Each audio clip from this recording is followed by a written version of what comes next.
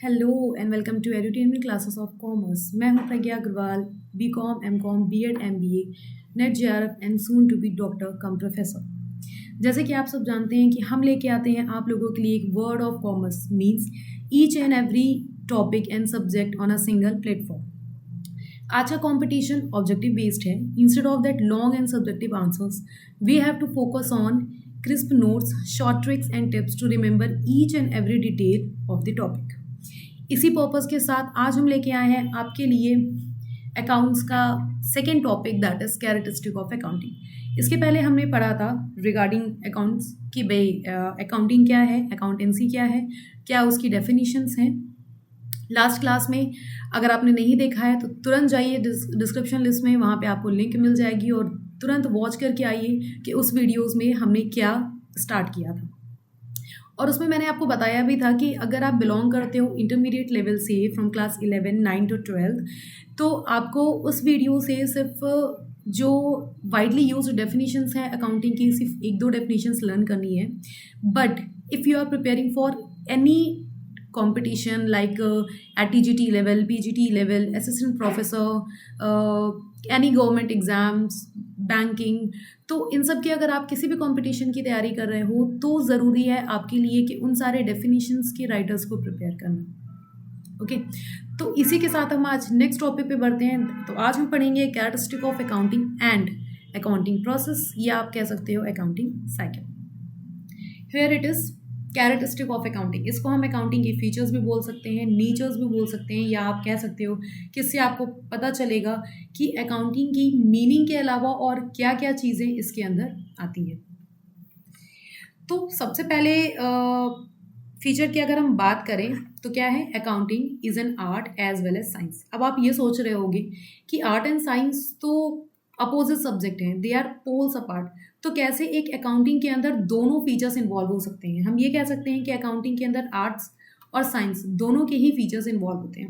Okay, इसको समझने के पहले ये जानते हैं कि आर्ट्स क्या होते हैं एंड साइंस क्या होता है। आप सबने 10th तक तो साइंस पढ़ा ही होगा, मीन्स कुछ लोगों ने तो आगे भी कंटिन्यू किया होगा, बट 10th तक तो बेसिक साइंस हमने पढ़ी है। ओके, तो साइंस में हम क्या देखते थे कि कुछ हमें प्रिंसिपल्स एंड लॉज दिए होते थे।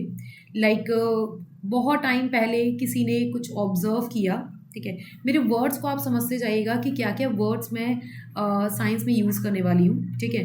तो होता क्या था, किसी भी एक पर्सन ने कुछ भी ऑब्जर्व किया कि हाँ एक पेड़ में एक एप्पल लगा हुआ है, ठीक है।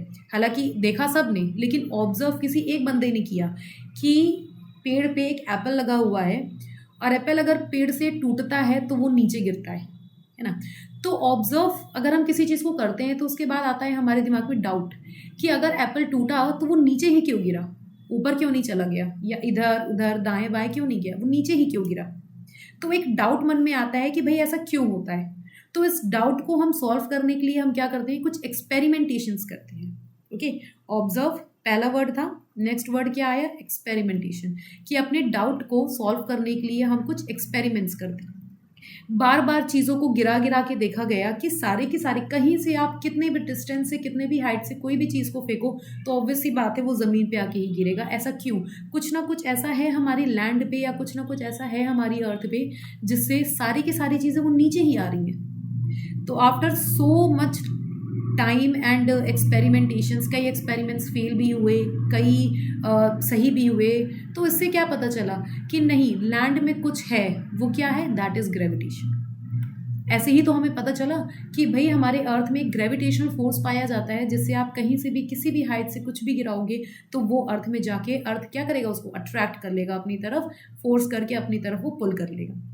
ओके, तो यहाँ पे क्या क्या वर्ड आए कि साइंस में क्या हुआ, पहले ऑब्जर्व किया किसी ने, फिर बहुत सारे एक्सपेरिमेंट्स किए, कुछ एक्सपेरिमेंट्स पास हुए, कुछ एक्सपेरिमेंट्स फेल हुए, बट बार बार एक्सपेरिमेंट करने से हम किसी भी चीज़ की एक्यूरेसी को जानते हैं कि आप कोई चीज़ बार बार कर रहे हो और अगर रिजल्ट सेम आ रहा है दैट मीन्स वो क्या है, सही है, ठीक। उस एक्सपेरिमेंट्स को पास करने के बाद उसको किस में कन्वर्ट कर दिया गया, लॉज में कन्वर्ट कर दिया गया, या फिर आप कह सकते हो प्रिंसिपल में कन्वर्ट कर दिया गया। ओके, और वो प्रिंसिपल्स एंड लॉज हमें बुक्स के थ्रू, मैन्युस्क्रिप्ट्स के थ्रू लोगों तक पहुंचाई है। तो हमने क्या किया, हमने उन थ्योरीज को, लॉज को, एक्सपेरिमेंट्स को, प्रिंसिपल्स को हमने एज इट इज़ उसको पढ़ा, पढ़ा और लर्न किया। कुछ लोगों ने उसको प्रैक्टिकल एप्लीकेबल भी किया, प्रैक्टिकली अप्लाई करके देखा भी कि हाँ ये चीज़ सही है कि नहीं सही है। तो हमें पता चला कि नहीं यार, ये चीज़ें जो बताई जा रही हैं दीज आर फैक्ट्स। क्या है ये नया वर्ड आया आपके पास? These are facts. जो भी थ्योरीज हमें पढ़ाई जा रही हैं, लर्न कराई जा रही हैं, ये सारे फैक्ट्स हैं जो हमें एज इट इज़ अपनाने हैं। ठीक, अच्छा एक चीज़ और, ये जो भी हम साइंस में पढ़ते थे लॉज प्रिंसिपल या कुछ भी कह लो, बहुत सारे लॉज हमने पढ़े, न्यूटन्स के लॉ पढ़े, आर्किमिडीज प्रिंसिपल पढ़े हमने, ओम्स लॉ पढ़ा, बहुत सारे लॉज पढ़े। इन सब से सिर्फ एक ही बात पता चलती है, क्या? कि ये जो भी लॉज बनाए गए हैं आप उनको एज इट इज़ पढ़ना है, ओके, और एज इट इज़ आपको उसे एक्सप्लेन भी करना है। उसमें हम कुछ भी अपनी तरफ से ऐड ऑन नहीं कर सकते।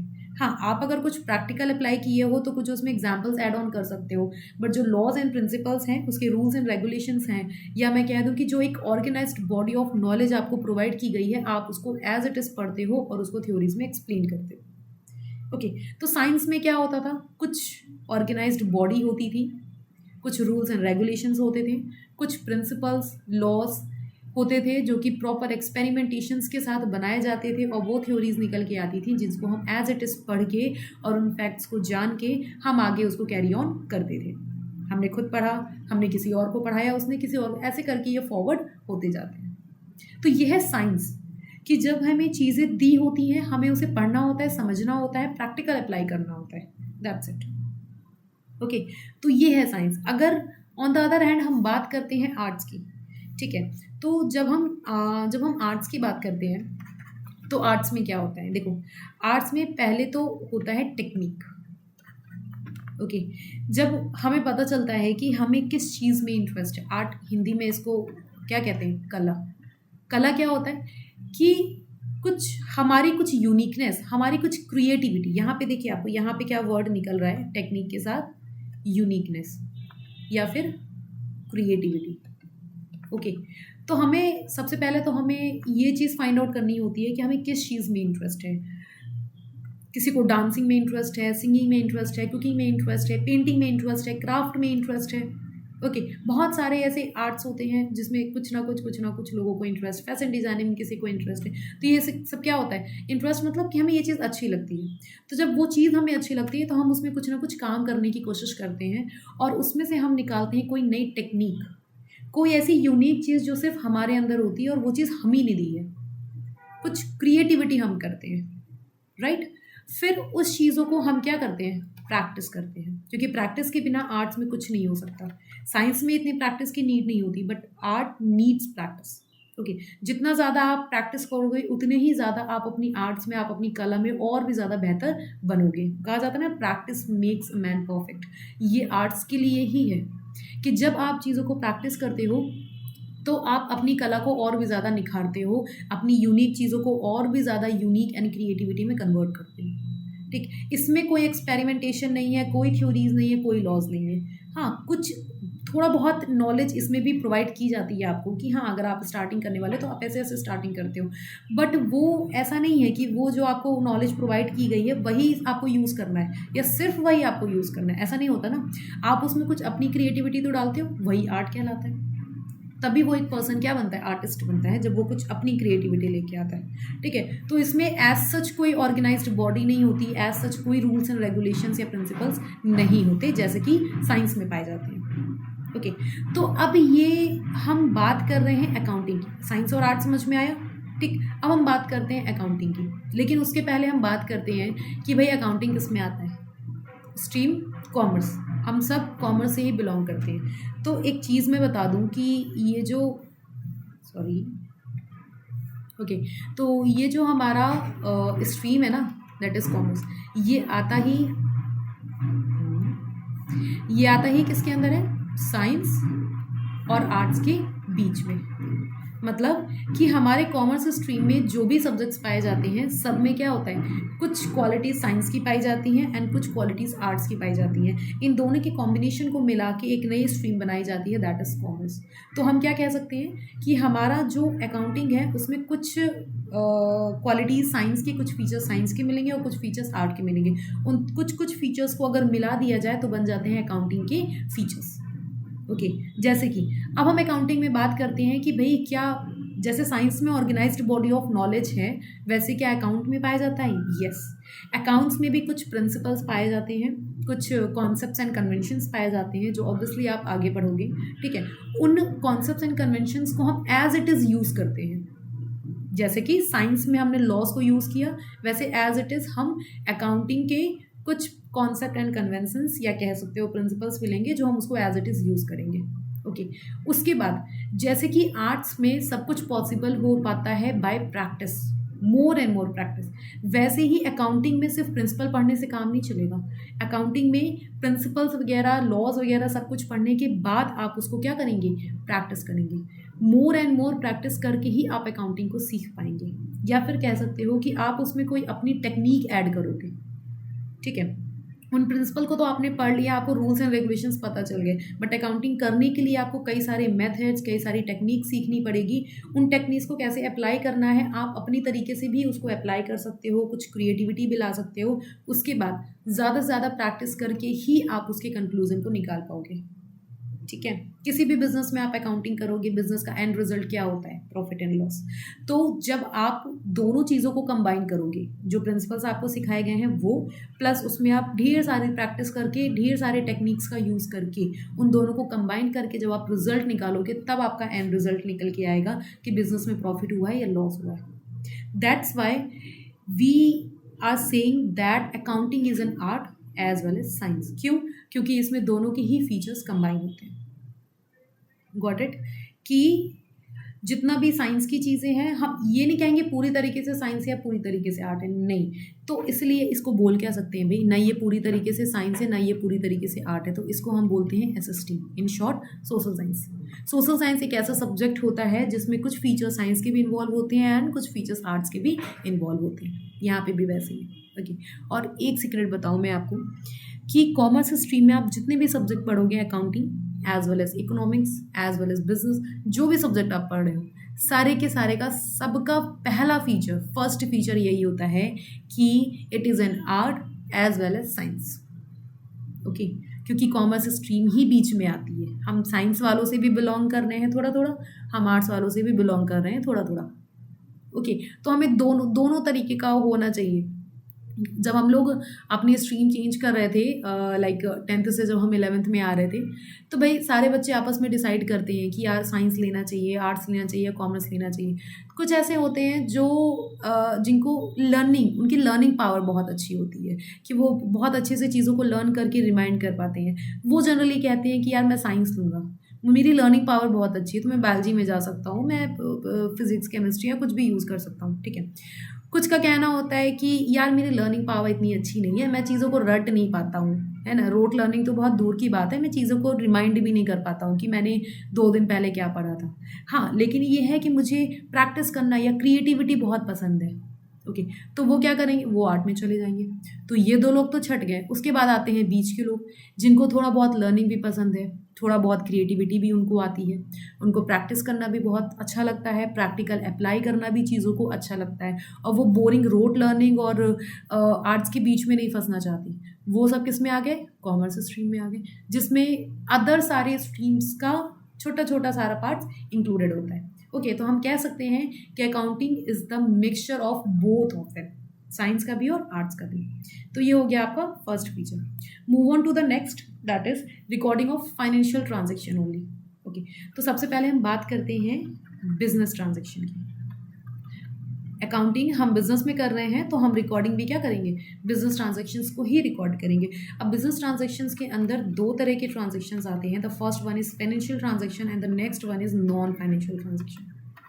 तो अब मुद्दा ये है कि अगर अकाउंटिंग में हम बिजनेस ट्रांजेक्शन को रिकॉर्ड करते हैं, तो how can we determine that the transaction will be financial और नॉन फाइनेंशियल? तो इसको हम डिटरमाइन करने के लिए यूज़ करते हैं कि अगर फाइनेंशियल ट्रांजेक्शन है, तो उसको हम किसी तरीके से किस में मेज़र कर लेंगे? मनी में मेज़र कर लेंगे। The transaction which can be measured in the form of money, that is called financial transaction. But अगर हम नॉन फाइनेंशियल ट्रांजेक्शन की बात करें, तो ऐसे ट्रांजेक्शन्स जिसको हम मनी में डिफाइन ही नहीं कर सकते, तो वो हो जाएंगे नॉन फाइनेंशियल। तो इसमें से ये फीचर कह रहा है कि फाइनेंशियल और नॉन फाइनेंशियल में से आपको रिकॉर्डिंग सिर्फ किसकी करनी है? फाइनेंशियल ट्रांजैक्शन की रिकॉर्डिंग करनी है। ये चीज़ तो हमने अकाउंटिंग के डेफिनेशन में ही सीख ली थी कि अकाउंटिंग में जो भी चीज़ें रिकॉर्ड होंगी वो मनी के टर्म्स में ही होंगी। तो मनी के टर्म्स में रिकॉर्ड होंगी तो किस में होगी? Financial transaction. ठीक, अब हम आते हैं एग्जाम्पल पे। सपोज दैट मैंने कहा कि हमने परचेज किया 5000 का, सेल्स किया 10,000 का, एक्सपेंसेस पे किए 2000, वेजेस पे किया 1000, मशीनरी परचेज करके लाए 80,000 की। तो ये सारे एग्जाम्पल्स क्या हैं? इनको हम मनी के फॉर्म में डिस्क्राइब कर ले रहे हैं ना, तो ये क्या है? Financial transaction. अब अगर मैं बोलूँ कि हमारे ऑर्गेनाइजेशन में किसी दो लोग की लड़ाई हो गई, production manager and sales manager आपस में लड़ पड़े, ठीक है, किसी एम्प्लॉय की हेल्थ ख़राब हो गई, बीमार हो गया वो, हमारे सीईओ की शादी तय हो गई, उसकी शादी हो रही है, मैनेजर का बेबी हो रहा है, ये सारे ट्रांजेक्शन आप इनको मनी के फॉर्म में डिफाइन कर सकते हो। कैसे? सीईओ का सॉरी मैनेजर का बेबी हो रहा है तो वो छुट्टी पे चला गया, ओके, तो अब क्या कैसे कैसे डिफाइन करोगे कि ये मनी के फॉर्म में कैसे एक्सप्रेस किया जाएगा? या फिर किसी दो लोगों के बीच में अगर लड़ाई हो गई, कॉन्फ्लिक्ट हो गया, या एम्प्लॉयज़ स्ट्राइक पे चले गए हैं, तो कैसे हम इनको मनी के फॉर्म में डिफाइन कर सकते हैं? नहीं कर सकते, है ना। It can be very complex. अगर हम करना भी चाहें कि हाँ इस तरीके से कर सकते हैं कि अगर एम्प्लॉयज़ स्ट्राइक पे चले गए हैं तो फिर ये जितनी देर के लिए वो स्ट्राइक पे रहेंगे उतनी देर के लिए प्रोडक्शन बंद हो जाएगा। तो जब प्रोडक्शन बंद हो जाएगा तो कितना रुपए का हमें लॉस होगा कि उस 2 दिन में हम कितना प्रोडक्शन कर सकते थे जो हम स्ट्राइक की वजह से नहीं कर पाए। ओके, तो इस तरीके से हम मनी के फॉर्म में थोड़ा-सा अनुमान लगा सकते हैं, assumption कर सकते हैं कि हाँ, ये हो सकता है, but we can not define exactly in the form of money. Okay, इस वजह से हम कहते हैं कि सिर्फ फाइनेंशियल ट्रांजैक्शन जो कि एग्जैक्टली मनी के फॉर्म में डिस्क्राइब हो सकता है उन्हीं को हम यहाँ पे रिकॉर्ड करेंगे, नॉन फाइनेंशियल को रिकॉर्ड नहीं करेंगे। ओके, एक बात और बता दूँ कि क्या फाइनेंशियल ट्रांजैक्शन तो हमारे बिजनेस को अफेक्ट करेंगे, बट क्या नॉन फाइनेंशियल ट्रांजैक्शन भी हमारे बिजनेस को अफेक्ट करेंगे या नहीं करेंगे? क्योंकि रिकॉर्डिंग तो हम उनकी नहीं कर रहे ना। तो कुछ लोगों के मन में ये भी एक थॉट आएगा कि अगर हम उसको रिकॉर्ड नहीं कर रहे दैट मीन्स कि वो बिजनेस ट्रांजैक्शन को अफेक्ट नहीं करेंगे, हमारे बिजनेस को अफेक्ट नहीं करेंगे। तो नहीं, ऐसा नहीं होता। नॉन फाइनेंशियल ट्रांजैक्शंस भी बिजनेस को अफेक्ट करते हैं। फॉर एग्जाम्पल, जब दो लोगों के बीच में production manager and sales manager के बीच में लड़ाई होगी तो लड़ाई करते समय वो काम तो नहीं करेंगे ना, वो काम को क्या कर रहे हैं? डिले कर रहे हैं। क्यों? क्योंकि उनको लड़ाई करनी है। ओके, कॉन्फ्लिक्ट्स हो गए तो उसकी वजह से हो सकता है काफ़ी टाइम तक प्रोडक्शन यूनिट बंद भी रहे कि अभी अभी रुक दो, अभी लड़ाई हो रही है, ठीक है। या फिर जब वो दो बंदे काम नहीं कर रहे हैं तो उन दोनों का काम तो डिले हो ही रहा है, साथ ही साथ जब लड़ाई हो रही है तो बाकी लोग भी तो देखने आ जाएंगे उसको। होता है ना कि दो लोग के बीच में लड़ाई होगी तो वो दोनों की भीड़ तो नहीं होगी, भीड़ किसकी होती है? देखने वालों की होती है कि चलो देखते हैं क्या हो रहा है। तो जब वो सब देखने आ जाएंगे तभी तो काम में डिले होगा। तो उससे क्या होगा कि काफ़ी लोग ऐसे होंगे जो काम को डिले कर देंगे, तो उसकी वजह से हमारा बिजनेस तो अफेक्ट करेगा ना। ओके, तो obviously financial and non financial transaction दोनों ही हमारे बिजनेस को अफेक्ट करते हैं, बट जब बात आती है रिकॉर्डिंग की तो सिर्फ और सिर्फ फाइनेंशियल ट्रांजैक्शन को ही रिकॉर्ड किया जाता है क्योंकि वो मनी के फॉर्म में एक्सप्रेस कर सकते हैं। ओके ओके, तो लेट्स प्रोसीड। यहाँ पे जिनको भी हिंदी में प्रेफरेबल हो वो पढ़ सकते हैं। जैसे कि हमने पहला फीचर पढ़ा था वहीं यहाँ पे लिखा हुआ है, लेखा एक कला होने के साथ साथ विज्ञान भी है। विज्ञान मीन्स साइंस, कला मीन्स आर्ट्स। तो यहाँ पे हम देख सकते हैं कि आर्ट्स हम कैसे करते हैं उद्देश्य प्राप्त करने के लिए। टेक्निक जो हमने पढ़ा था दैट इज़ तकनीकी, जो कि प्रैक्टिस से आती है, अभ्यास से आती है। विज्ञान की जब हम बात करते हैं तो उसमें कुछ संगठित निकाय होता है, ऑर्गेनाइज्ड बॉडी होती है, कुछ कायदे कानून होते हैं, रूल्स एंड प्रिंसिपल्स, जिसको हम यूज़ करके साइंस को आगे बढ़ा सकते हैं। नेक्स्ट फीचर था केवल वित्तीय मतलब फाइनेंशियल लेन देन को ही रिकॉर्डिंग की जाती है। Okay, so next move on to the third feature that is recording in terms of money. ये बिल्कुल रिलेटेड है सेकंड वाले से, इसमें कुछ भी अलग से पढ़ने की जरूरत नहीं है। जब हमने सेकंड वाले में पढ़ लिया कि हम फाइनेंशियल ट्रांजेक्शन्स को रिकॉर्ड करते हैं जो कि इन टर्म्स ऑफ मनी एक्सप्रेस हो सकता है, तो यहाँ पे भी वही कह रहा है ना, recording in terms of money. जैसे कि हमने कहा कि आप परचेज करके लाए 10 share, 2 tables, 5 truck, 2 machine sector etcetera. तो क्या आप इस फॉर्म में रिकॉर्ड करोगे? ऐसे फॉर एग्जांपल अगर हम बैलेंस शीट बना रहे हैं, बैलेंस शीट अगर अभी आप लोगों ने नहीं पढ़ी है तो कोई नहीं, हम आगे बिल्कुल पढ़ेंगे। तो यहाँ पे होता है लाइबिलिटीज़, यहाँ पे होता है अमाउंट, यहाँ पे होता है एसेट एंड यहाँ पे होता है अमाउंट, ठीक है। जैसे एसेट साइड में हम सारे एसेट्स को रिकॉर्ड करते हैं तो वहाँ पे हम कैसे रिकॉर्ड करेंगे कि हम टेबल लेके आए 2, चेयर लेके आए 10, ट्रक 5 ट्रकें हमने खरीद ली, मशीन खरीद ली हमने 2, एम्प्लॉयज़ हमने 20 एम्प्लॉयज़ को रिक्रूट कर लिया। क्या ऐसे ऐसे रिकॉर्ड होगा? तो नंबर्स के फॉर्म में कैसे होगा? ठीक है। तो रिकॉर्डिंग हमेशा किस फॉर्म में करनी है, इनके अमाउंट में। कैसे, a business purchase share of $1000 या ₹1000 कुछ भी कह लीजिए। लैंड हमने खरीदी, $50,000 की लैंड खरीदी। तो यहाँ पे ये जो रुपीज़ वाला ऊपर लिख दिया है ना रुपीज़, तो रुपीज़ वाले कॉलम में हमें क्या एक्सप्रेस करना होगा, रुपीज़ के फॉर्म में एक्सप्रेस करना होगा। ठीक है। और वैसे भी हमने मनी का एक फीचर पढ़ा हुआ है, अगर आपने नहीं भी पढ़ा है तो आप इकोनॉमिक्स में पढ़ोगे कि मनी का एक सबसे इम्पॉर्टेंट फीचर होता है, वो ये होता है कि it is used as a unit of measurement. कि हमारे इंडिया में ही नहीं, पूरे वर्ल्ड में अगर किसी भी चीज़ को मेज़र करना है तो वो मनी के फॉर्म में ही मेज़र हो सकता है। ठीक है। एक्सेप्ट ह्यूमन बीइंग, हम कह सकते हैं हर चीज़ की वैल्यू निकाली जाती है, किसी भी फिजिकल प्रॉपर्टी की, इनफैक्ट एनिमल्स टू, उन सबको भी हम डिस्क्राइब करते हैं इन टर्म्स ऑफ मनी। हर चीज़ की वैल्यू ही होती है। जैसे मैंने कहा कि मेरे पास ये पेन है और ये इसका कैप है। ठीक है, कैप आपको फ्री में मिल रहा है बट ये पेन आपको मिल रही है 10,000 में, तो कौन महंगा है? या मैं कह दूँ ये कैप भी चलो 1,000 में मिल रहा है और ये मिल रही है 10,000 में। ओके, तो इन दोनों में किसकी वैल्यू ज़्यादा है? ऑब्वियसली इसकी। क्यों? क्योंकि इसका मनी ज़्यादा है। तो बस हर चीज़ आपको किस में एक्सप्रेस करना है? मनी में ही एक्सप्रेस करना है। नेक्स्ट, जब हम रिकॉर्डिंग की बात किए थे तो यहाँ पे अभी आप आगे भी पढ़ोगे इसी वीडियो में, जब हम अकाउंटिंग प्रोसेस पढ़ेंगे कि जो हम रिकॉर्डिंग करते हैं वो किस में करते हैं? जनरल में करते हैं। जनरल क्या है? जनरल क्या है? एक स्टेटमेंट जिसमें हम क्या कर रहे हैं, सारी जर्नल एंट्रीज को रिकॉर्ड कर रहे हैं। जितना भी हम बिजनेस चला रहे हैं उसमें जितनी भी ट्रांजैक्शंस हो रहे हैं, हमने परचेज किया, सेल किया, सैलरी दिया, कैपिटल लिया, ट्रांसपोर्टेशन किया, ये सब कुछ हम एक जगह पे रिकॉर्ड करते हैं, जिनको हम कहते हैं जनरल। ओके, उसके बाद नेक्स्ट, रिकॉर्ड करने के बाद हम नेक्स्ट क्या करते हैं? क्लासीफाई करते हैं। क्लासीफाई करने का मतलब होता है कि जितनी भी ट्रांजेक्शन्स आपने रिकॉर्ड किए हैं उन सबको एक एक अलग अलग जगह पे क्लासीफाई करना। फॉर एग्जांपल, एक जगह पे आपने एंट्रीज कर ली थी, अब बहुत सारी एंट्रीज होगी, तो हाउ कैन यू डिटरमाइन कि हमारा टोटल परचेज कितना है, टोटल सेल्स कितना है, या सैलरी हमने टोटल दी कितनी है दी है, या मंथ में हमारा कितना टोटल कैश खर्च हुआ है, या कितना कैश हमारे पास आया है। इन सब को कैलकुलेट करने के लिए आपको उन्हें क्लासीफाई करना पड़ेगा। सबका एक अकाउंट, परचेज का एक अकाउंट बनाया, सारे परचेजेस उसमें डाल दिए, सेल का एक अकाउंट, सारे सेल्स उसमें डाल दिए, ये होता है क्लासीफाई करना। और वो क्लासिफिकेशन हम जिस अकाउंट में करते हैं वो होता है लेजर। आप ये कह सकते हो कि अकाउंटिंग में हम सबसे पहला जो अकाउंट बनाते हैं वो होते हैं लेजर अकाउंट। जनरल में हम सिर्फ एंट्रीज कर रहे थे, अकाउंट नहीं बना रहे थे, तो सबसे पहला जो आप अकाउंट बनाओगे वो होगा लेजर अकाउंट। थोड़ा लेंदी प्रोसेस होता है क्योंकि आपको हर एक अकाउंट को बांटना है अलग अलग, बट फिर भी इजी होता है ये, इसमें ज़्यादा कुछ भी नहीं है। पहला अकाउंट है, बहुत सिंपल होता है, हर चीज़ को कैटेगराइज कर दिया, टोटल कर दिया, दैट्स इट। उसके बाद जब अलग अलग पार्ट्स में हमने कैटेगराइज कर दिया तो अब हम करेंगे समराइज। समराइज मतलब भाई अलग अलग इतने सारे अकाउंट्स खुलेंगे एक बिजनेस में, तो हर अकाउंट को स्टडी करना इज़ नॉट पॉसिबल, या इट टेक लॉन्ग टाइम। तो इसलिए हम क्या करेंगे, एक ट्रायल बैलेंस बनाएंगे। ट्रायल बैलेंस बनेगा डेबिट एंड क्रेडिट के फॉर्म में। ठीक है, या अभी आप डेबिट और क्रेडिट नहीं भी समझ पा रहे हो तो आप इस तरीके से समझ सकते हो, रिसीट्स एंड पेमेंट के फॉर्म में, कि हमने ट्रायल बैलेंस बनाया। तो ट्रायल बैलेंस अकाउंट नहीं होता, ये स्टेटमेंट होता है। ये सिर्फ और सिर्फ बैलेंस करेगा कि आपका लेना और देना इक्वल है या नहीं है। ठीक, उसके बाद हम बनाते हैं trading and profit and loss account, जिससे हम ये जानेंगे कि कितना प्रॉफिट हुआ बिजनेस में या कितना लॉस हुआ, नेट वैल्यू इनकी कैलकुलेट करेंगे। उसके बाद नेक्स्ट लास्ट में हम बनाएंगे बैलेंस शीट। बैलेंस शीट में हम क्या करते हैं, एसेट्स एंड लाइबिलिटीज़ को बैलेंस करते हैं।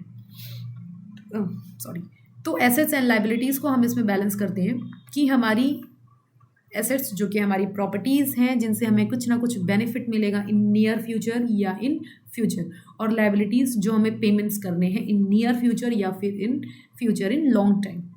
ठीक है, वो सारे के सारे हम यहाँ पे रिकॉर्ड करेंगे और देखेंगे कि जितना पैसा हमारे बिजनेस में आएगा उतना ही जाएगा ना, कहीं ऐसा तो नहीं कि जाना ज़्यादा है आना कम है। तो इसका मतलब क्या है कि भाई बिजनेस आपका सही पोजीशन में नहीं है, तो you have to do something. इस वजह से बैलेंस शीट को प्रिपेयर किया जाता है। तो ये तीनों आ गया समराइजेशन के फॉर्म में। नेक्स्ट हम करते हैं इंटरप्रिटेशन ऑफ रिजल्ट, जिसमें हम जानेंगे प्रॉफिटेबिलिटी। अच्छा, प्रॉफिटेबिलिटी क्या है? प्रॉफिटेबिलिटी का मतलब होता है कि नेट प्रॉफिट जानना या नेट लॉस जानना, जिसके लिए हमने ट्रेडिंग एंड पीएल अकाउंट बनाया हुआ है।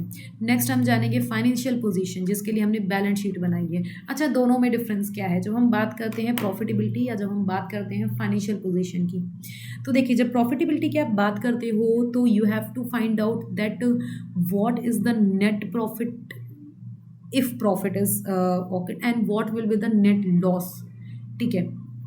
तो गेन और लॉसेस जानने के लिए हम प्रॉफिटेबिलिटी निकालते हैं, लेकिन जब हमें ये जानना रहता है कि हमारे बिजनेस की पोजीशन क्या है, पोजीशन का मतलब होता है एसेट एंड लाइबिलिटीज। ठीक है, कि आप ये जानते हो कि हमारे पास कितनी एसेट है। ठीक है, जैसे हम कहते हैं ना कि ये बड़ा बिजनेस है, ये तो छोटा बिजनेस है। तो बड़ा और छोटे बिजनेस से क्या क्या मतलब है कि बड़े बिजनेस का प्रॉफिट ज़्यादा है या छोटे बिजनेस का प्रॉफिट कम है? ऐसा नहीं। बड़े और छोटे बिजनेस से मतलब होता है कि उनकी एसेट कितनी है, उनके पास प्रॉपर्टी कितनी है, लैंड है तो लैंड कितनी है, उसकी वैल्यू क्या है, बिल्डिंग की वैल्यू क्या है, कितनी उनके पास मशीन्स हैं, ओके राइट, कितनी उनके पास डेटर्स हैं, ये आते हैं एसेट्स में। लाइबिलिटीज़ में कितनी उनकी कैपिटल है, कितने उनके क्रेडिटर हैं, कितना पैसा उनको लोगों को बांटना है या देना है, चुकाना है, ये कह सकते हो। ओके, तो फाइनेंशियल पोजीशन बताता है कि हमारे बिजनेस की पोजीशन क्या है। हम ठीक ठाक पोजीशन पे चल रहे हैं ना, कि कल को अगर हमें प्रॉफिट नहीं भी हुआ तो हमारा बिजनेस कुछ टाइम के लिए लॉन्ग सर्वाइवल हमारा कर लेगा, कि कुछ टाइम के लिए अगर प्रॉफिट नहीं भी हुआ है तो भी ठीक है, हम काम चला सकते हैं। ये होता है फाइनेंशियल पोजीशन। तो जब हम ये इंटरप्रेट कर लेते हैं कि हमारे बिजनेस की प्रॉफिटेबिलिटी या फाइनेंशियल पोजीशन क्या है, उसके बाद हम उसको कम्युनिकेट करते हैं। कम्युनिकेट किसको करते हैं? देखिए, स्टार्टिंग से जो हम सारा काम कर रहे थे वो हम किसके लिए कर रहे थे? हमारे इंटरेस्टेड पार्टीज़ के लिए कर रहे थे, क्योंकि ये सारा जो काम होता है वो एक अकाउंटेंट करता है, और अकाउंटेंट को कोई लेना देना नहीं है कि हमारे बिजनेस में प्रॉफिट हो रहा है या लॉस हो रहा है या हमारे फाइनेंशियल पोजीशन कैसी है। उसका सिर्फ एक सर्विस प्रोवाइड करने का मतलब होता है कि भाई अकाउंटिंग क्या है? Accounting is a service function.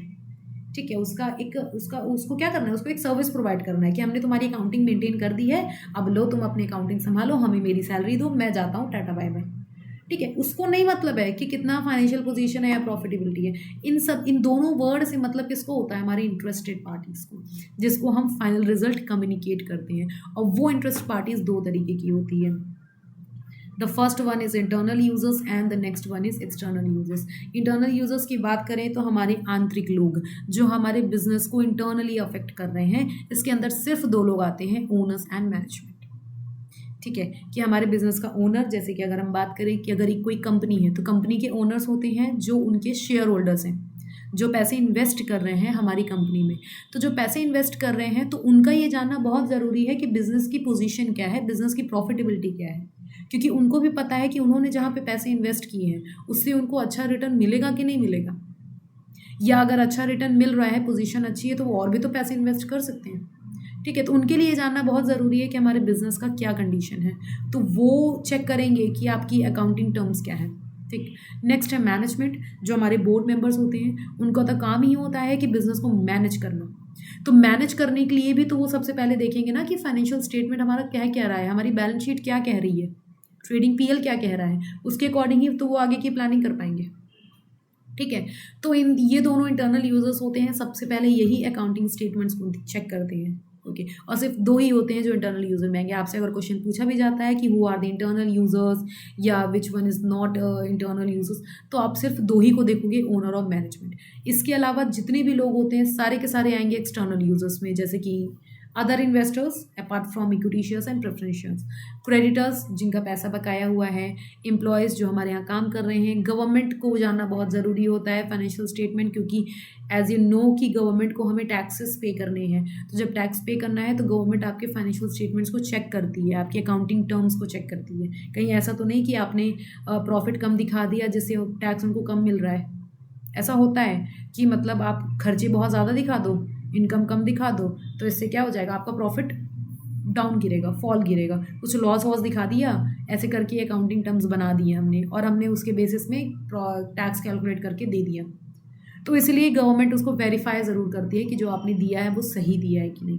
ठीक है, तो ये आते हैं कम्युनिकेटिंग में, कि लास्ट प्रोसीजर होता है कि हम इसको कम्युनिकेट करते हैं हमारे इंटरेस्टेड पार्टीज़ को। तो ये आप याद करना कि इंटरनल यूजर्स कौन होते हैं और एक्सटर्नल यूजर्स कौन होते हैं। एक्सटर्नल यूजर्स बाकी और भी आएंगे क्योंकि ईटीसी लगा हुआ है, तो ओनर्स और मैनेजमेंट के अलावा जितने भी लोग आएंगे वो सारे के सारे होंगे एक्सटर्नल यूजर्स। ओके, नेक्स्ट ये है, सेम ही लिखा हुआ है हिंदी लैंग्वेज में। So these are the characteristic या फीचर्स या फिर मीनिंग ऑफ अकाउंटिंग के साथ, जब आप अकाउंटिंग की मीनिंग एक्सप्लेन कर सकते हो तो इसके साथ भी ये सारी चीज़ें ऐड ऑन कर सकते हो। तो ये हो गया इसके फीचर्स। नेक्स्ट बात करते हैं हमारा आज का next topic, that is process of accounting या फिर अकाउंटिंग साइकिल। ठीक है, इसमें हम ये देखेंगे कि अकाउंटिंग एक किस तरीके से प्रोसेस करता है, किस तरीके से चलता है। तो सबसे पहले आता है आपका सोर्स डॉक्यूमेंट। अच्छा, अब ये तो नया वर्ड आ गया, ये क्या है सोर्स डॉक्यूमेंट, तो आइए हम समझते हैं। आपने कुछ वर्ड्स अभी तक पढ़े होंगे। वाउचर पढ़ा है, नहीं पढ़ा तो ये पढ़ा होगा या सुना होगा बिल। जब हम कहीं पे कुछ भी परचेज़ करने जाते हैं मॉल्स में या किसी भी शॉप्स में, है ना, कपड़े वगैरह परचेज़ करते हैं या कुछ भी परचेज़ करते हैं, तो उसकी जगह पे हमें एक रिसिप्ट मिलती है ना, that is known as bill. तो वो कस्टमर्स के लिए वो क्या होता है, बिल होता है। बट अगर हम वही from the point of view of shopkeeper या from the point of view और एंटरप्रेन्योर देखते हैं, तो वो क्या होता है, वाउचर होता है, जिसमें ये डिस्क्रिप्शन लिखा होता है कि आपने ये काम किससे करवाया, किसको कौन सेल कर रहा है, फर्स्ट ऑफ ऑल कौन सेल कर रहा है, किस डेट पे कर रहा है, क्या क्वांटिटी सेल की जा रही है, ठीक है, उसका अमाउंट क्या है, उसमें साइन भी होता है, एक प्रॉपर सील भी हो सकता है लगी हो, तो ये क्या होता है, वाउचर होता है या बिल होता है। बोथ आर सिनोनिम्स, ठीक है। एज अ कस्टमर हम बिल यूज़ करते हैं, बट एज अ सप्लायर वो वाउचर बोलते हैं इसको, ठीक। इन्हीं वाउचर्स से एक नया वर्ड निकल के आता है जिसे हम कहते हैं सोर्स डॉक्यूमेंट। अब मुद्दा ये है कि भाई क्या डिफरेंस है, what is the difference between voucher and source document. तो देखिए, वाउचर थोड़ा सा फ्लशी फॉर्म में हो सकता है, उसी को सिस्टमैटिक फॉर्म में जो हम एक जगह पे एक एक स्लिप बनाते हैं, that is called source document, ठीक है, जो एक वैलिड प्रूव होता है कि सपोज दैट फॉर एग्जाम्पल आपने कुछ कैश, बिजनेस के कुछ कैश निकाल के बैंक में जमा किए, तो जब आप बैंक में कुछ कैश डिपॉजिट करने जाते हो तो वहाँ पे आपको एक पेन स्लिप मिलती है ना, इस चीज़ का प्रूफ होता है वो कि हाँ इतने पैसे आपने अपने अकाउंट में जमा किए हैं, डिपॉजिट किए हैं, तो वो पे इन स्लिप वो क्या हो गई, सोर्स डॉक्यूमेंट। पेन स्लिप क्या हो गई, सोर्स डॉक्यूमेंट हो गई। हमने अपने बिजनेस में रॉ मटेरियल मंगवाया किसी भी सप्लायर से, उनसे सपोज दैट हमने उधार पे अगर लिया, उधार पे लिया है तो BRBP बनता है, bills receivables and bills payable, ठीक है। और अगर पैसे दे के बना है तो वो हमें रिवर्ट में एक बिल देगा, वाउचर देगा, एक डॉक्यूमेंट देगा ना, that is known as source document. मतलब सोर्स डॉक्यूमेंट की अगर मैं मीनिंग बताऊँ तो सोर्स डॉक्यूमेंट एक ऐसा एविडेंस, ये क्या यूज़ किया जाता है, एज एन एविडेंस यूज़ किया जाता है कि हाँ ये ट्रांजैक्शन किया गया है और ये इतने ही वैल्यू की गई है, ताकि बाद में सपोज दैट गवर्नमेंट जब बाद में आपके अकाउंट्स को वेरीफाई करेगी कि आपने जो चीज़ें उसमें दिखाई है वो सही है कि नहीं। अगर आपने किसी चीज़ का एक्सपेंस दिखाया है कि ये एक्सपेंस हमने 10,000 किया है, और अगर उसे डाउट है, फॉर एग्जाम्पल लिखा है ट्रांसपोर्टेशन 10,000, अब उसे डाउट है यार कौन सा ट्रांसपोर्टेशन 10,000 का है, लाओ जरा दिखाओ भाई, डॉक्यूमेंट दिखाओ इसके, तुरंत बोलेगा ना जो गवर्नमेंट को ऑडिटर होगा, तो आप क्या करोगे, तुरंत उसको स्लिप दिखा दोगे। स्लिप मीन्स सोर्स डॉक्यूमेंट या वाउचर या बिल ही कह लो नॉर्मल लैंग्वेज में, कोई दिक्कत नहीं है सॉरी।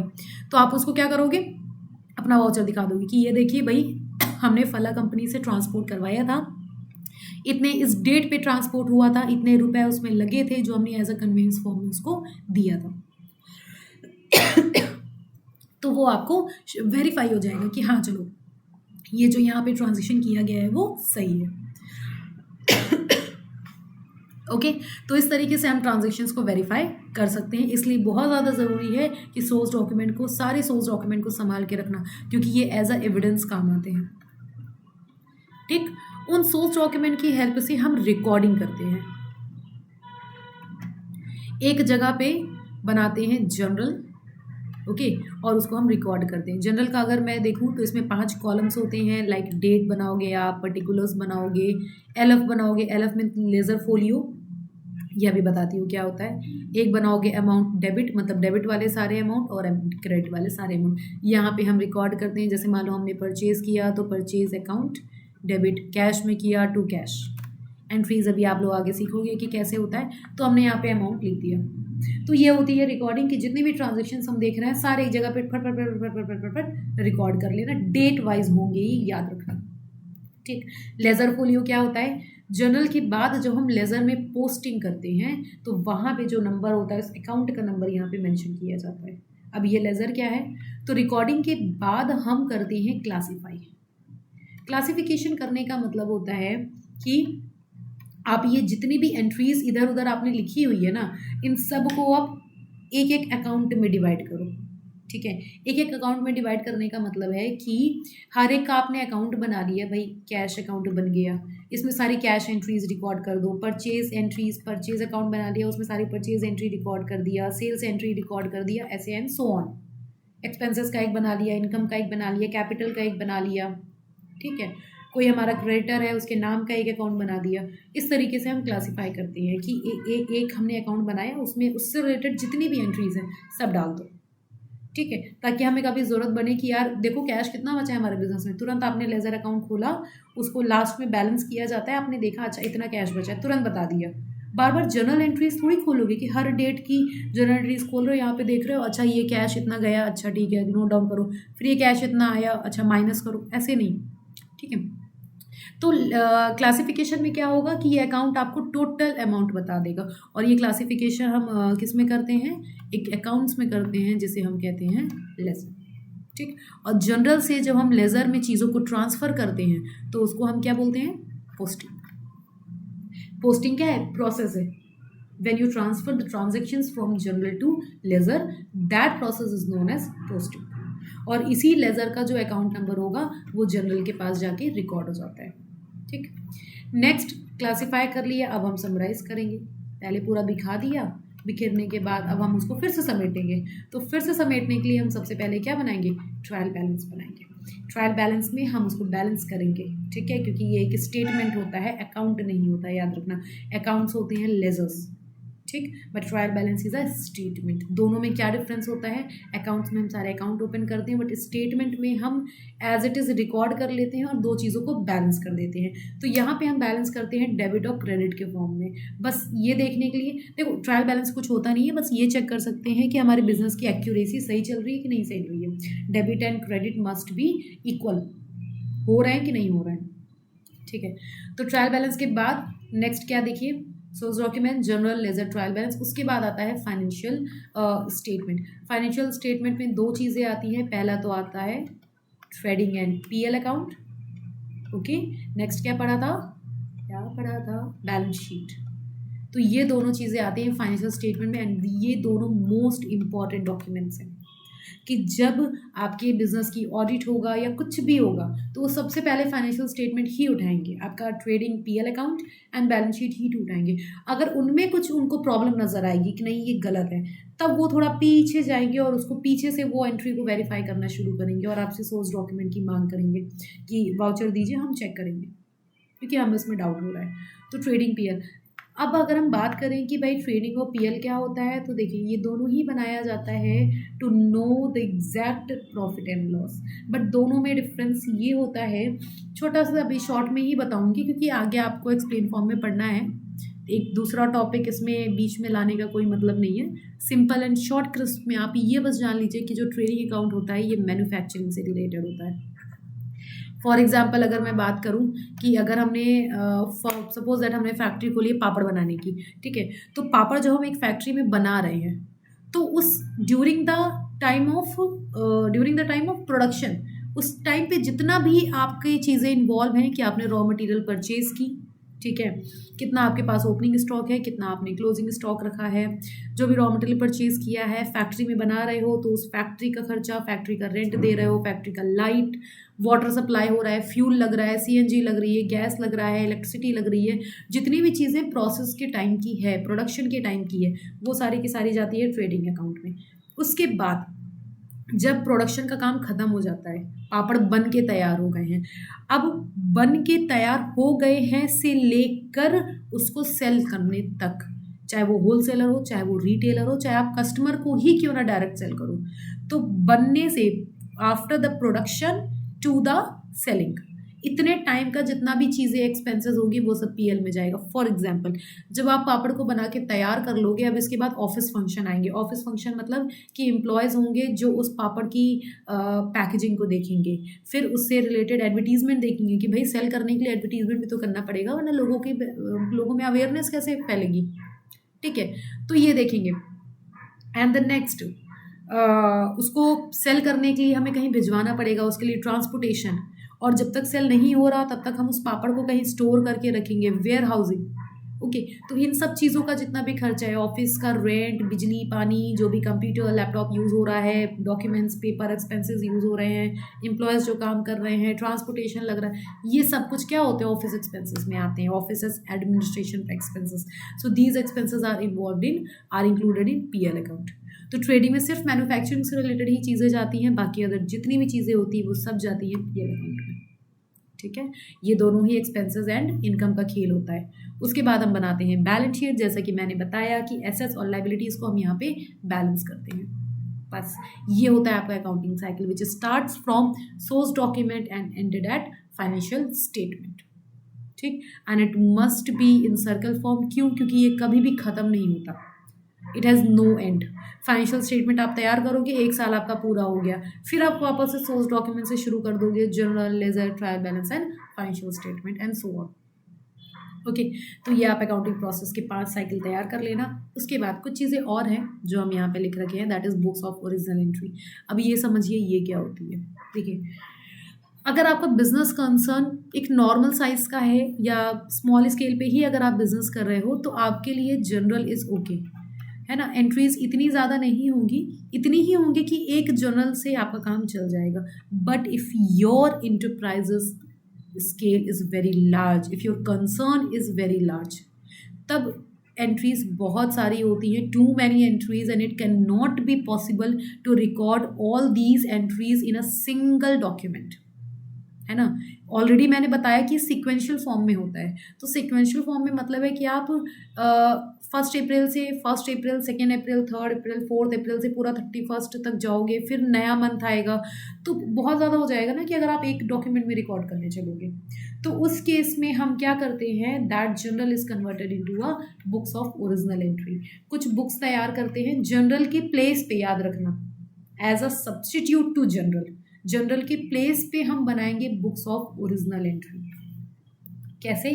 कि भाई इतने सारे ट्रांजेक्शन है, तो हम क्या करते हैं, पहले से ही थोड़ा सा कैटेगराइज करके चलते हैं। जो काम हमें लेज़र में करना होता है, उसी काम को हम पहले से थोड़ा सा सिंप्लीफाई कर देते हैं, ताकि आगे लेज़र बनाना भी बहुत ईजी हो जाता है। इनफैक्ट अगर आप बुक्स ऑफ ओरिजिनल एंट्री बना लिए हो, तो लेज़र की इतनी कोई कॉम्प्लेक्सिटी या नीड भी नहीं है। तो इसमें हम क्या करते हैं, टोटल 8 टाइप्स ऑफ बुक होती है। सबसे पहले आती है कैश बुक, और ये मेन बुक होती है। कैश बुक में हम क्या करेंगे, सारे कैश ट्रांजेक्शन रिकॉर्ड करेंगे, जिस भी चीज़ में कैश आ गया या बैंक आ गया, ठीक है, बैंक से कोई भी ट्रांजेक्शन कर रहे हो या कैश के फॉर्म में कोई भी ट्रांजेक्शन कर रहे हो, तो ये दोनों ही चीज़ें आप रिकॉर्ड करोगे कैश बुक में। ठीक, नेक्स्ट आप बनाओगे परचेज बुक। परचेज बुक और सेल्स बुक हमारे किसके लिए यूज़ होगा, गुड्स के लिए। अच्छा, एक चीज़ और, जब मैं ये वर्ड यूज़ कर रही हूँ परचेज एंड सेल, तो अकाउंटिंग के टर्म्स में परचेज और सेल का मतलब ये नहीं है कि आप परचेज कर रहे हो, सेल मतलब वही है ऑब्वियसली, बट किस चीज़ का परचेज और किस चीज़ का सेल्स। जैसे मैंने कहा कि आपने स्टेशनरी आइटम्स का बिजनेस शुरू किया है, ठीक है, आप नोटबुक बना रहे हो और जितनी भी स्टेशनरी चीज़ें हैं वो सब बना रहे हो, ठीक। तो अगर आप स्टेशनरी चीज़ों से ही रिलेटेड, जिस चीज़ का आप काम कर रहे हो उससे रिलेटेड कोई भी परचेज सेल करते हो, उससे रिलेटेड या उसी चीज़ का, जैसे फॉर एग्जांपल आप नोटबुक बना रहे हो, ठीक है, क्लासमेट, आपको क्लासमेट होता है ना सबसे अच्छा ब्रांड, आई थिंक, जो मैंने यूज़ किया है नोटबुक्स में, दैट इज़ क्लासमेट। तो क्लासमेट क्या कर रही है, अपनी नोटबुक बना रही है।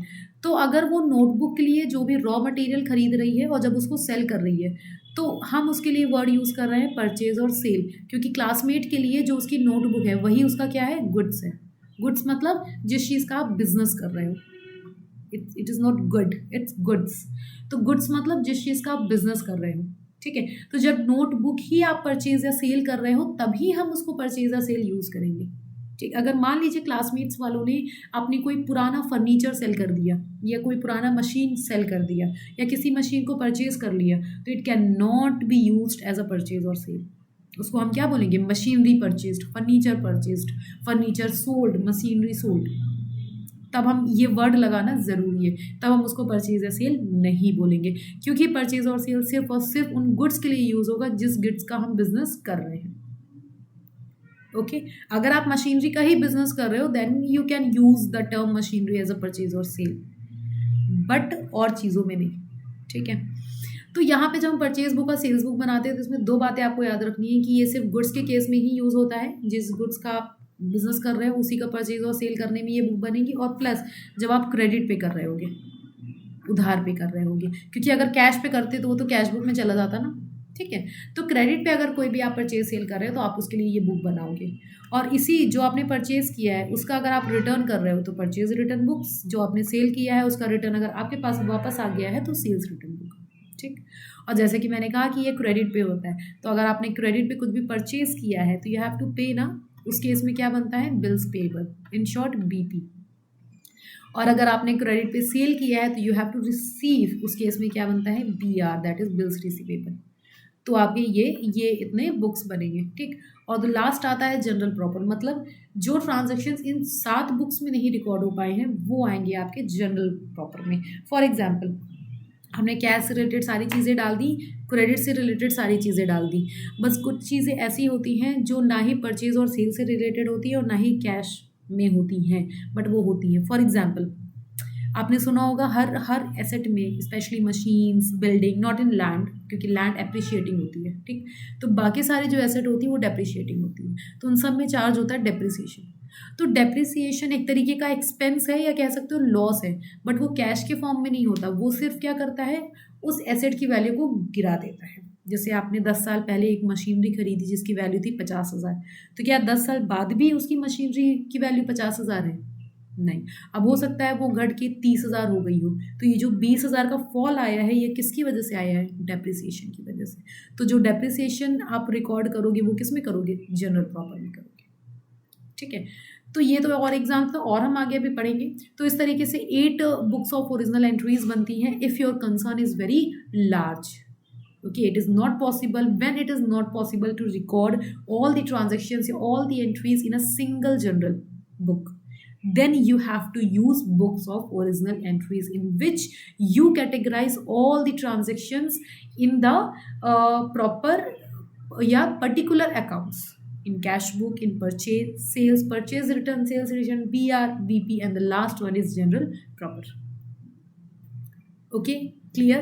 ये अकाउंटिंग साइकिल क्लियर हो गई कि इसमें सिर्फ 5 चीज़ें आती हैं, source document, journal, ledger, trial balance and financial statement, ठीक। जनरल की जगह पे ही एज अ सब्स्टिट्यूट यूज किया जाता है बुक्स ऑफ ओरिजिनल एंट्री, ठीक।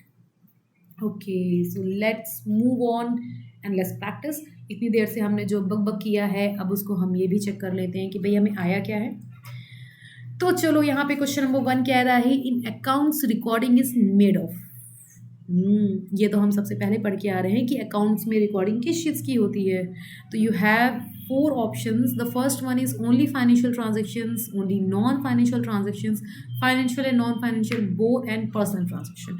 तो देखो बेटा, पर्सनल ट्रांजेक्शन तो हमने पहले ही क्रॉस कर दिया, क्योंकि हमने बोला था कि बिजनेस में जो हम रिकॉर्डिंग करेंगे वो बिजनेस ट्रांजेक्शन्स की ही करेंगे, जिसके अंदर दोनों आते हैं, फाइनेंशियल एंड नॉन फाइनेंशियल। तो नॉन फाइनेंशियल की रिकॉर्डिंग नहीं होती है, सिर्फ और सिर्फ फाइनेंशियल की रिकॉर्डिंग होती है। तो ऑप्शन ए इज करेक्ट, ठीक है। This question is taken from the CBSE book. Next है, which of the following is not business transaction. Business transaction कौन सा नहीं है इसमें से? तो देखो, परचेज कंप्यूटर फॉर $200, बिजनेस के लिए परचेज कर रहा है, obviously it is a business transaction. Paid cash 25,000 to suppliers, suppliers को हमने पैसे दिए हैं, business transaction. Proprietor paid $500 for the school fees of his son from his own bank account. अच्छा, इसके बारे में बात करने के पहले हम चौथा भी पढ़ लेते हैं क्या है, क्योंकि मुझे थोड़ा सा सिमिलर कुछ दिखाई दे रहा है। क्या लिखा है? Proprietor paid $500 for the school fees of his son from the business. Okay, देखो दोनों में ये चीज़ें सेम है कि फीस किसकी पे की जा रही है? बेटे की पे जा रही है। किसके बेटे की? प्रोप्राइटर के बेटे की। कितनी पे हो रही है? ₹500 पे हो रही है, ठीक है। बट मुद्दा ये है कि कहाँ से पे हो रही है, ठीक। तो पहले वाले में पे हो रही है फ्रॉम हिज ओन अकाउंट, मतलब प्रोप्राइटर अपने ही बैंक अकाउंट से कर रहा है। तो एक बात बताओ, फीस कितनी है? किसकी है?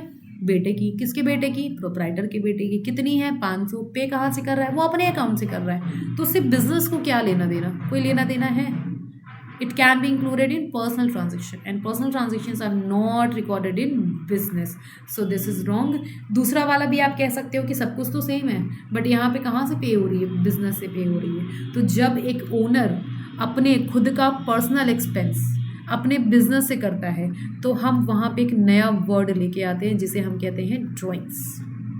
It's not drawing, not art and craft, it drawings. ठीक है, तो ड्राइंग्स क्या होता है कि जब कोई भी ओनर अपने पर्सनल एक्सपेंसेस के लिए हमारे बिजनेस से कैश निकालता है या गुड्स निकालता है, कुछ भी निकालता है, तो हम उसको कहते हैं ड्राइंग्स, जो कि एंड में या तो हम जो ओनर को प्रॉफिट देते हैं उसमें से माइनस कर देते हैं, या ओनर ने जो हमारे बिजनेस में कैपिटल कंट्रीब्यूट किया हुआ है उसमें से माइनस कर देते हैं। ठीक है, डिपेंड्स कि एक बिजनेस क्या चाहता है या वो ओनर क्या चाहता है कि हमारे प्रॉफिट से घटा लो या हमारे कैपिटल से घटा लो, क्योंकि हमने पैसे लिए हैं ना बिजनेस से अपने पर्सनल यूज़ के लिए। ठीक है, तो फोर्थ वाला आपका बिजनेस ट्रांजेक्शन में ही माना जाएगा, but the third one is purely personal transaction, तो it is not in business transaction. Let's move forward, ये हिंदी में है, आप लोग रीड आउट कर लीजिएगा। The next one is internal users of accounting. हम पढ़ चुके हैं कि इंटरनल यूजर में सिर्फ दो आते हैं, कौन कौन था जल्दी बताओ, ओनर और मैनेजमेंट, तो third one is correct. Okay, so next is accounting cycle start with. Accounting cycle कहाँ से स्टार्ट हुई थी? वैसे तो हमने याद किया था ना, source document, journal, ledger, trial balance, financial statement. क्या यहाँ पे सोर्स डॉक्यूमेंट दिया हुआ है? Recording of transaction in ledger, recording of transaction in journal, final statement and trial balance. Okay, तो जब पहला वाला आपको नहीं दिया है तो second process will be the first, that is journal. ठीक है, और वैसे भी मेन रिकॉर्डिंग जर्नल से ही स्टार्ट होती है। ठीक है, सोर्स डॉक्यूमेंट तो एविडेंस होता है, हालांकि अकाउंटिंग साइकिल वहीं से स्टार्ट होगी। ठीक, नेक्स्ट क्या है? Which of the following are not the financial transaction, जिसको हम फाइनेंशियल टर्म्स में एक्सप्रेस नहीं कर सकते। तो पहला ऑप्शन है परचेज ऑफ लैंड, ज़मीन खरीदो, इन्वेंट्री खरीदो, withdrawing money from bank, bank में से पैसे निकाल लो, स्ट्राइक बाय एम्प्लॉयज़। तो इसमें से स्ट्राइक बाय एम्प्लॉयज़ एक ऐसा ऑप्शन है जिसको हम कैश के फॉर्म में या फाइनेंशियल के फॉर्म में एक्सप्रेस नहीं कर सकते। ये क्या होता है? ये नॉन फाइनेंशियल ट्रांजेक्शन होता है जिसकी रिकॉर्डिंग हम नहीं करते हैं। Okay, let's move on. Next क्या है? Who among the following is considered as the father of accounting. ये तो नया आया है भाई, बहुत इंपॉर्टेंट क्वेश्चन है, बहुत ज़्यादा, मतलब बहुत वाइडली पूछा जाता है ये, और हर चीज़ में पूछा जाता है कि अकाउंटिंग के फादर कौन है। तो एक महान इंसान पैदा हुए थे, लूका पैसियोली। इन्होंने ही अकाउंटिंग टर्म्स को डिराइव किया था। ठीक है, डबल एंट्री सिस्टम इन्होंने बनाया, अकाउंटिंग पे बुक भी इन्होंने छापी थी 1969 की, इन्होंने उसमें बताया था कि लूका पैसियोली, तो इस वजह से ये क्या बन गए? Father of accounting. Next, correct sequence बताना है अकाउंटिंग प्रोसेस का, तो आप अभी पढ़ के आ रहे हो ना, recording, classify, summarizing, interpretation and last क्या होता है? Communication. Okay, next, who among the following is an internal user of accounting. Owners और मैनेजर होते हैं, तो ठीक है, manager is the answer. Next, accounting process does not include. क्या इंक्लूड नहीं होता है इसमें से? रिकॉर्डिंग होता है, क्लासीफाई होता है, सिंप्लीफाई एंड समराइजिंग। तो क्या होता है? समराइजिंग होता है, सिंप्लीफाई नहीं होता, तो simplify is the wrong answer. Which one is true? क्या कह रहा है? Accounting involve only the recording of business transaction. बताओ बताओ बताओ, अकाउंटिंग में बिजनेस ट्रांजेक्शन इन्वॉल्व होते हैं? Yes. A transaction which increases the capital is called income. बताओ, अगर हमारी कैपिटल इंक्रीज हो रही है तो इनकम सी होगी, ऑब्वियस सी बात है ना, इनकम होगा तभी तो होगी। The value of human resources is shown as an asset in the balance sheet. Balance sheet में जब हम अपने एसेट्स को रिकॉर्ड करते हैं तो जो हमारे यहाँ ह्यूमन रिसोर्सेज हैं, जो हमारे ओनर हैं, जो हमारे एम्प्लॉयज़ हैं, क्या उनकी वैल्यू को भी रिकॉर्ड किया जाता है? And the last one is accounting is a service function. आपको बताना है कि इन चारों में से सही कौन है। चलो अच्छे से पढ़ते हैं पहले इसको। देखो पहला क्या कह रहा है? Accounting involve only the recording of financial transaction. Yes, accounting involve recording of financial transaction, but एक चीज़ यहाँ पे मैं क्लियर करती हूँ, ये बहुत ही क्वेश्चन बहुत ईजी है, बट यहाँ पे बहुत छोटी छोटी चीज़ें आपको सीखने को मिलेगी। देखो, जब भी आप ऑब्जेक्टिव क्वेश्चंस को सॉल्व करो, सब्जेक्ट चाहे जो भी हो, क्वेश्चन अगर ऑब्जेक्टिव है तो इन दो वर्ड से बहुत ज़्यादा बचना, मतलब मैं तो बहुत बच के रहती हूँ। The first one is only and the next one is always. ये दो ऐसे वर्ड है ना जो पूरे क्वेश्चन को एकदम अलट पलट कर देते हैं। क्यों? क्योंकि इससे मीनिंग चेंज हो जाती है। जैसे कि अभी मैंने कहा बेटा कि मैंने आज लंच में राइस खाया, मैंने कहा ठीक, तो येस इट इज़ ट्रू, मैंने चावल खाए। लेकिन अगर मैं कहूँ कि मैंने सिर्फ चावल खाया, only, I consumed only rice, तो क्या ये सही है? सिर्फ चावल खाया होगा? वेरी बोरिंग, बिल्कुल भी नहीं। तो क्या हुआ, जब एक वर्ड उस स्टेटमेंट के बीच में आ गया तो आपका स्टेटमेंट जो कि सही था वो गलत हो गया। ऐसे ही सेम केस यहाँ पे हुआ है। Accounting involves only the recording of business transaction. Accounting में बिजनेस ट्रांजेक्शन इन्वॉल्व होता तो है, बट क्या ओनली सिर्फ बिजनेस ट्रांजेक्शन इन्वॉल्व होता है? नहीं। मैंने बताया था कि बिजनेस ट्रांजेक्शन में दो आते हैं, फाइनेंशियल एंड नॉन फाइनेंशियल। अगर आप ये बोल दोगे कि बिजनेस ट्रांजेक्शन इन्वॉल्व होते हैं तो मतलब दोनों रिकॉर्ड हो गए ना, फाइनेंशियल भी और नॉन फाइनेंशियल भी, बट ऐसा तो नहीं होता। सिर्फ और सिर्फ कौन से रिकॉर्ड किए जाते हैं? फाइनेंशियल। अगर आप ये बोलते हैं कि accounting involves only the recording of financial business transaction, कि सिर्फ फाइनेंशियल और जो कि किससे रिलेट कर रहे हैं, बिजनेस से, सिर्फ वो रिकॉर्ड किए जाते हैं, तो आपका आंसर क्या होता? सही होता। But this is wrong. Next, transaction which increases capital. Owner की कैपिटल इंक्रीज होगी कब? जब हम उसमें इनकम ऐड करेंगे? नहीं, जब हम उसमें प्रॉफिट ऐड करेंगे। नॉर्मल लैंग्वेज में देखा जाए तो income and profit are same, but actually में इनकम एंड प्रॉफिट में बहुत डिफरेंस है। कि आप भाई, आप अगर आप एम्प्लॉयड हो, ठीक है, सैलरी अर्न कर रहे हो, तो that will be your income. But जब आप एक बिजनेस करते हो तो वहाँ पे जो आप अर्निंग कर रहे हो दैट इज़ योर प्रॉफिट। और प्रॉफिट की भी एक प्रॉपर मीनिंग होती है कि प्रॉफिट जिस चीज़ का आप बिजनेस कर रहे हो उस चीज़ से अगर आपने कुछ अर्न किया है तो वो प्रॉफिट है। जैसे मैंने कहा ना, क्लासमेट्स अगर नोटबुक बना रही है तो उस नोटबुक से उसको सेल करके जितना वो पैसे अर्न कर रही है दैट इज़ प्रॉफिट। अगर मान लो उसने अपना पुराना फर्नीचर सेल कर दिया और उससे उसने पैसे कमा लिए, तो वो भी क्या प्रॉफिट होगा? नहीं, वो कहलाएगी इनकम। ठीक है, कि एक बिजनेस किया उसने और उसमें क्या कहते हैं, उसने अपने पुराना फर्नीचर सेल कर दिया, मशीनरी सेल कर दिया, that is income not profit. ठीक है, तो कैपिटल में हम प्रॉफिट को ऐड करते हैं तभी जाके कैपिटल इंक्रीज होती है, और अगर लॉस होगा तो कैपिटल डिक्रीज हो जाएगी। एक चीज़ मैं यहाँ और क्लियर कर देती हूँ कि प्रॉफिट से क्या हुआ, कैपिटल इंक्रीज होगी, बट अगर आपसे पूछता है कि डिक्रीज कब होगी कैपिटल, तो डिक्रीज होगी लॉस और किससे? ड्राइंग से। ये दो चीज़ें होती है जो कैपिटल में माइनस की जाती है। ड्राइंग मतलब ओनर ने अपने पर्सनल एक्सपेंस के लिए पैसे निकाल लिए तो माइनस कर दिया गया, लॉस हो गया वो माइनस हो गया, तो इन दोनों से कैपिटल डिक्रीज होगी, बट इंक्रीज होगी प्रॉफिट से। ठीक, नेक्स्ट, एसेट में सारे एसेट्स इन्वॉल्व किए जाते हैं बट ह्यूमन रिसोर्स की वैल्यू को इन्वॉल्व नहीं किया जाता। ठीक, सारे फिजिकल रिसोर्सेज ही उसमें आते हैं। नेक्स्ट, अकाउंटिंग सर्विस फंक्शन है। यस, ये स्टेटमेंट बिल्कुल करेक्ट है कि अकाउंटिंग एक सर्विस फंक्शन है। अकाउंटेंट आपकी अकाउंटिंग को प्रिपेयर करता है तो वो आपको क्या कर रहा है? एक सर्विस प्रोवाइड कर रहा है। ठीक, next, respective 3 stages of accounting cycle. अभी हम पढ़ के आ रहे हैं, है ना। रिकॉर्डिंग होता है तो भाई रिकॉर्डिंग यहाँ नहीं दिया है तो इसमें प्राइमरी बुक्स दे दिया है, जो हमने बुक्स ऑफ ओरिजिनल एंट्री पढ़ा था ना, वही आपका प्राइमरी बुक है। ठीक है, सबसे पहले वो बुक्स बनाई जा रही हैं तो नाम से ही क्लियर होता है कि primary book, books of original entry, फिर classification and summary. Okay, so that's all about this. ये हमारा खत्म होता है characteristic of accounting and accounting process, या फिर कह लो अकाउंटिंग साइकिल। उससे रिलेटेड कुछ इंपॉर्टेंट क्वेश्चंस जो कि सीबीएसई में आए हुए हैं या फिर जो अदर कॉम्पिटिशन्स में आए हैं, लाइक मैंने कवर कर दिए हैं। DSSB का आया है एंड TGT का है, KVS का है, PGT का है, ठीक है, RPSC का है। तो ये सारे और आप क्वेश्चन सर्च करो और इससे रिलेटेड पढ़ो। अगर आपको कोई भी क्वेश्चंस में प्रॉब्लम होती है तो आप हमें कमेंट करके पूछ सकते हैं, हम आपके प्रॉब्लम्स को सॉल्व करने की कोशिश ही नहीं बल्कि उसको सॉल्व करके देंगे। Thank you for watching and keep watching. My next video is on objective functions and limitation of accounting. So thank you so much, और अगर वीडियो अच्छी लगी हो तो please like and subscribe my channel. Thank you.